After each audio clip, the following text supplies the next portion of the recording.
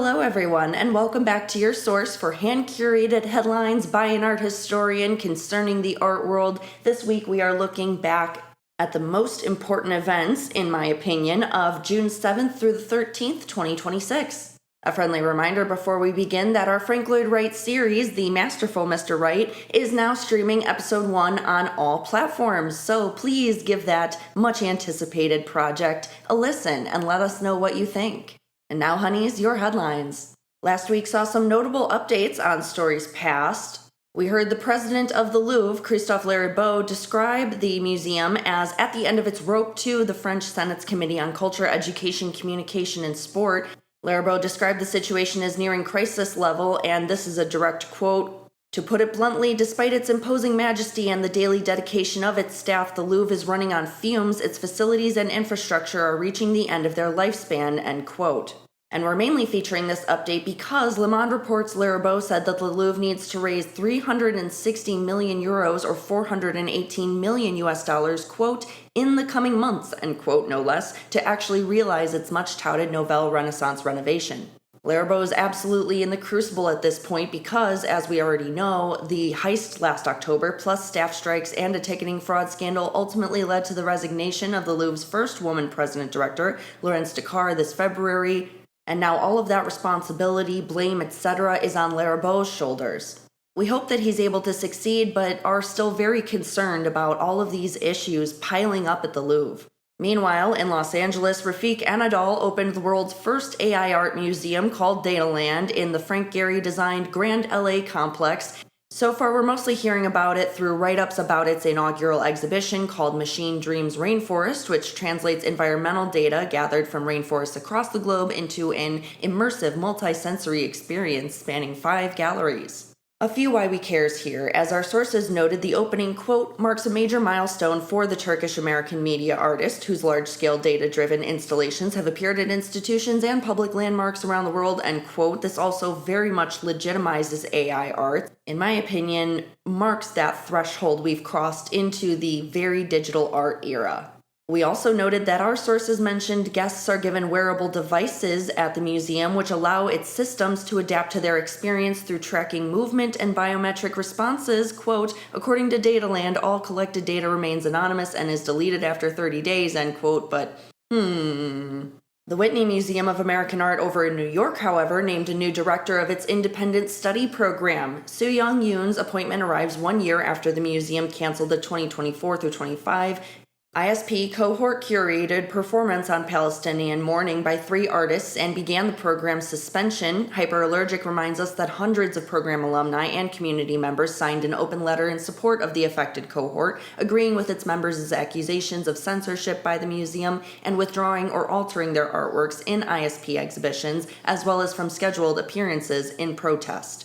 We're really happy to see Yoon selected, as she was a Critical Studies Fellow in the 2006 through 7 ISP cohort and will, quote, be only the 3rd director in ISP's history and the first woman and person of color to lead the program, end quote, according to Art News. Also, because her appointment ties a bit into another story we've been following, Yoon is making the transition from Parsons School of Design at the New School, where she was director of the Fine Arts MFA program, until all of their recent cuts.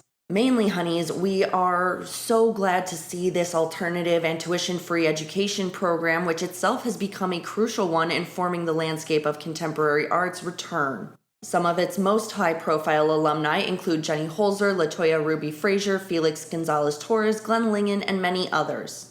We also learned that Seattle Art Museum workers voted to unionize in a landslide election, as our sources described it. The new Seattle Art Museum Workers United will represent over 130 full and part-time employees, encompassing 21 of the institution's departments across 3 locations, and hopefully its formation will end a few months of tension between staff and leadership. Meanwhile, coalitions of attorneys general as well as DC preservationists submitted filings to halt construction of Trump's projects, arguing that a project of this magnitude cannot proceed without congressional approval and a comprehensive federal review. The group of 19 attorneys general have moved to stop construction of what's been nicknamed the Trumpful Arch by filing an amicus brief in Lemon v. Trump, which already challenges the plans to build that 250-foot arch on Memorial Circle across from the National Mall. The brief essentially forms a motion for a summary judgment, which means the court could resolve the case without going to trial. And we noticed some key similarities between the wording used by lawyers and that used by the Vietnam vets who made the original filing. The statement released alongside that Attorney's General brief claims that the plans, quote, disregard legal procedures and would significantly degrade the aesthetic, historical, and professional interests of the nation's capital, end quote, as well as harm the interests of those who live in and visit the city.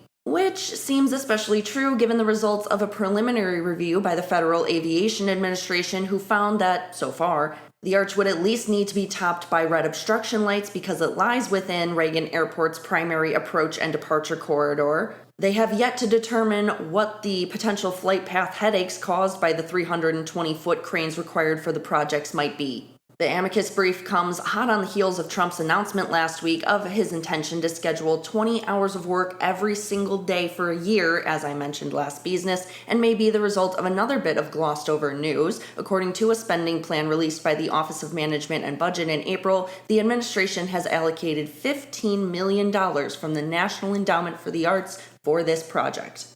A second coalition of Washington-based preservation and cultural groups filed suit on June 15th to stop progress on Trump's proposed National Garden of American Heroes under claims that the statuary garden planned for the West Potomac Park violates several congressional restrictions on new developments as well as other preservation laws and the congressional approval process itself.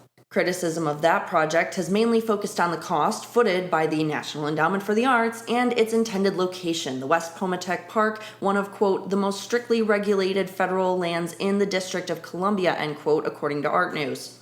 Tiernan Sittenfeld, president and CEO for the National Parks Conservation Association, said, quote, Congress put clear laws in place to safeguard the National Mall from new construction and to ensure the public has a meaningful voice in decisions about landscapes that belong to them as space open to all, end quote. And the suit reads in part, quote, this disregard for legal requirements is part of the same playbook the administration has used to pursue other recent vanity projects, end quote. And one final Trump date on the Kennedy Center. His name came down from it on Saturday of last week, but several days later our sources started asking questions when the scaffolding and tarps were still up, with at least one visitor speaking to the Washington Post seeing the decision to continue blocking the facade as a snub to the people. Another tourist called it, quote, the last gasp of a sore loser, end quote. Kennedy Center officials said they will keep parts of the marble facade covered until it can be repaired, but its board did vote in favor of filing an emergency appeal seeking to override that federal court order requiring the removal of the president's name. The center's board also voted unanimously June 11th to establish a new endowment in Trump's name, quote, apparently creating an additional source of private funding to complement its existing endowments and the approximately $257 million in federal funding appropriated for building renovations, end quote. In the words of Art News, we wonder about what that money is for, although an anonymous source did tell CBS News that it's expected to focus on the building's physical repair and maintenance costs. And in new news, a bit that ought to piss us all off, the House proposed $0 for the Department of Education's Lone Arts Grant Program.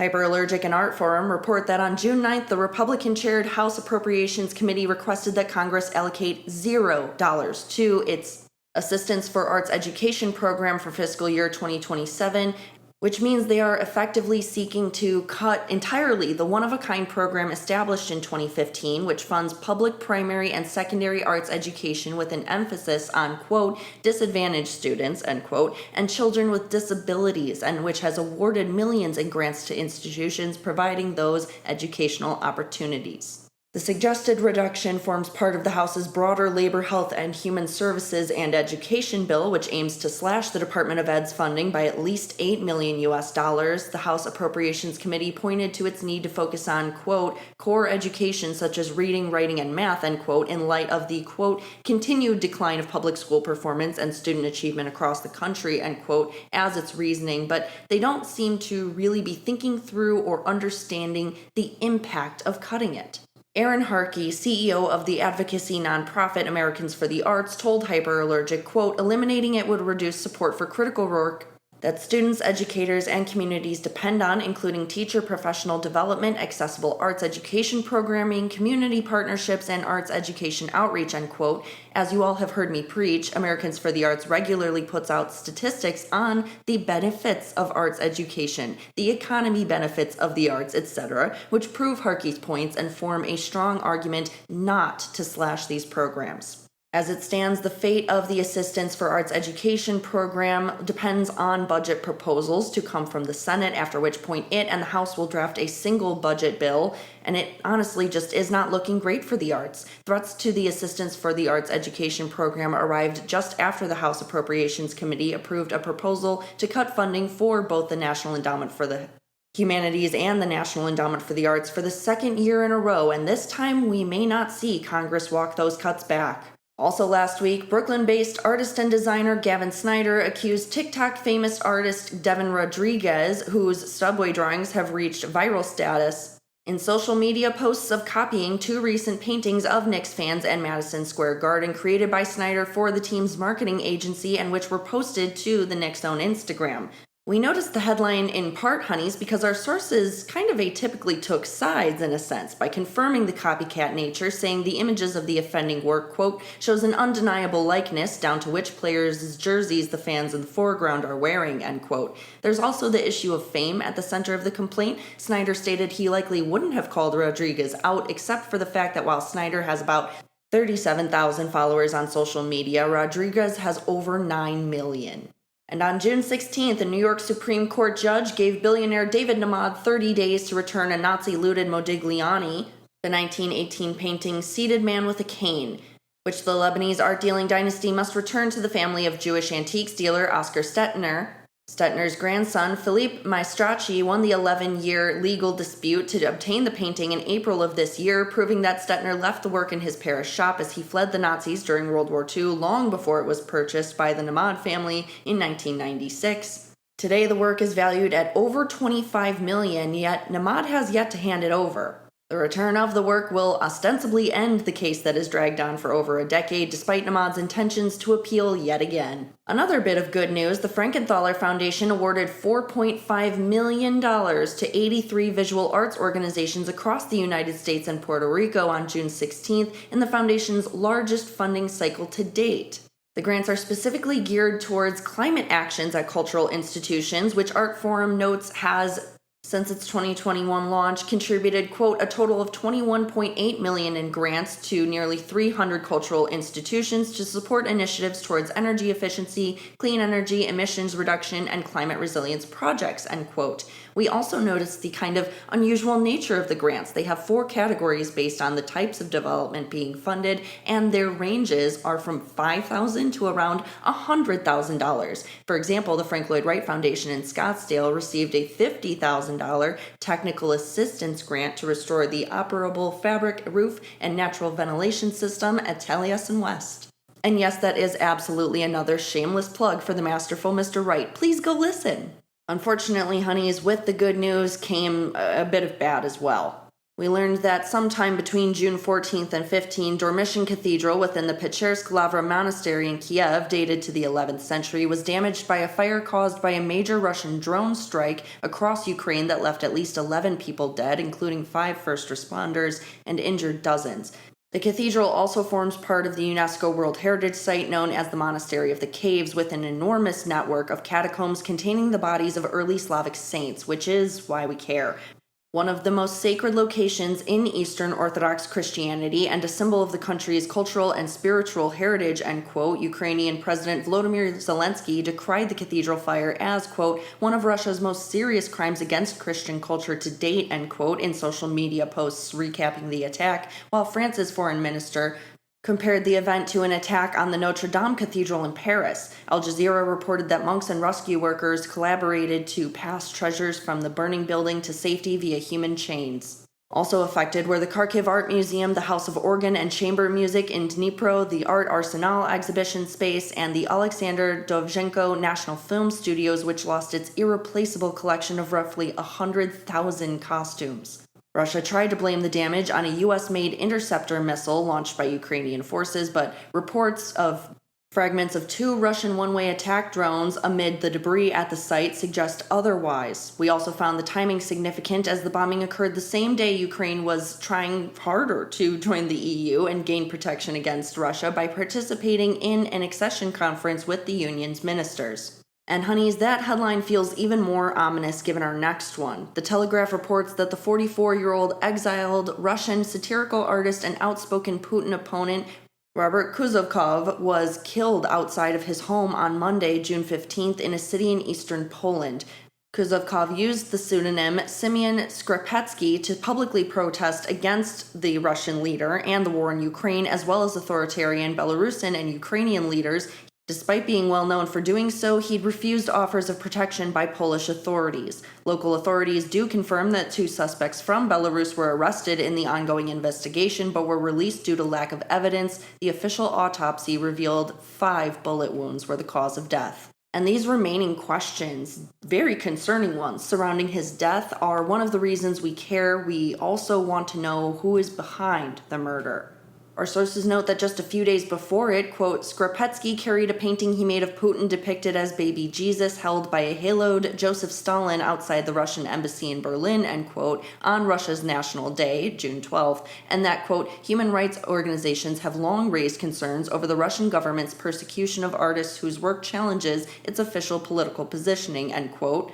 Those quotes are from Art News and Hyperallergic respectively and leave us asking about the motivation for this murder. The question becomes more pressing given the killing is only the latest event which Polish authorities believe could indicate a campaign of Russian sabotage aimed at demoralizing Ukraine's closest allies. Polish Prime Minister Donald Tusk said in a news briefing Wednesday that, quote, everything points to this being a political murder, but we must wait for evidence or more concrete indications, because if that was the case, if it was ordered by Russia, then it is an extremely serious matter internationally. It would constitute state terrorism, end quote. That said, there are some details complicating the assassination narrative. Art Review pointed out that the entry on him in the Moirovorets database, which tracks those that the authors deemed quote-unquote enemies of Ukraine, reportedly now reads, quote, liquidated, end quote. The Art newspaper also made us aware through its reporting last week that workers affiliated with the Kampala-based Amuja Art Gallery were denied their visas and thus participation in Africa Basel Art Fair. The Art newspaper says they were only denied Swiss entry visas the week before the opening of it on June 17th. Their booth, with artworks still in shipping, features only one sign reading, quote, an empty booth stands as a reminder that despite the ambition of a global art ecosystem, physical borders and administrative barriers still determine whose voices can be present, end quote. Africa Basel includes international galleries that promote work by African and diaspora artists. This year, its second ever, features 19 galleries. But we care because the reason behind that denial has not been specified, even though the artists have their own suspicions. John Hilary Balayajusa explained to the Art newspaper that he and his colleagues spent 2 months trying to secure their visas and speculated on the Ebola outbreak across East and Central Africa as being the motivation for their denial, even though Congo is the epicenter, not Uganda. As the gallery's sign says, quote, while artistic exchange depends on the movement of people, ideas, and cultures, not everyone is granted the same freedom to participate, end quote, and in this case, that certainly seems true. Shifting focus a little bit, we learned that Penske Media Corp acquired Vox Media and became the world's largest digital media publisher last week. The corporation was already Vox's largest shareholder prior to the announcement of the deal, but now outright owns its leading brands, including Eater, The Verge, SB Nation, Pop Sugar, The Dodo, Punch, and Thrillist, and we care because that's in addition to Penske's existing portfolio, which includes Billboard, Variety, Rolling Stone, WWD, The Hollywood Reporter, Deadline, Rob Report, Sportico, She Media, Stylecaster, Art News, Art in America, Art Forum, FN, IndieWire, Vibe, Billboard Music Charts, Beauty Inc., so maybe not a good thing for small and local media to see this digital behemoth growing even more and consolidating the diverse audiences into one block, and maybe not a good thing for us in that block who want diverse perspectives and to not have giant corporations controlling all of our news. As it was, honeys, I could hardly get through the Art News article announcing this because it reads exactly like a dull, buzzword-laden press release, complete with an About Penske Media Corp section. I'm not even kidding at all. Go look.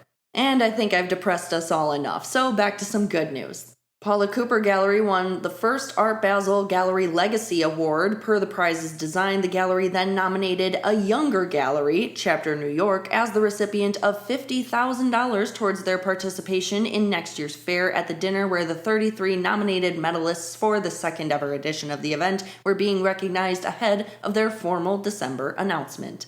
We love to see these established galleries really helping out the next generation and creating a sustainable art field.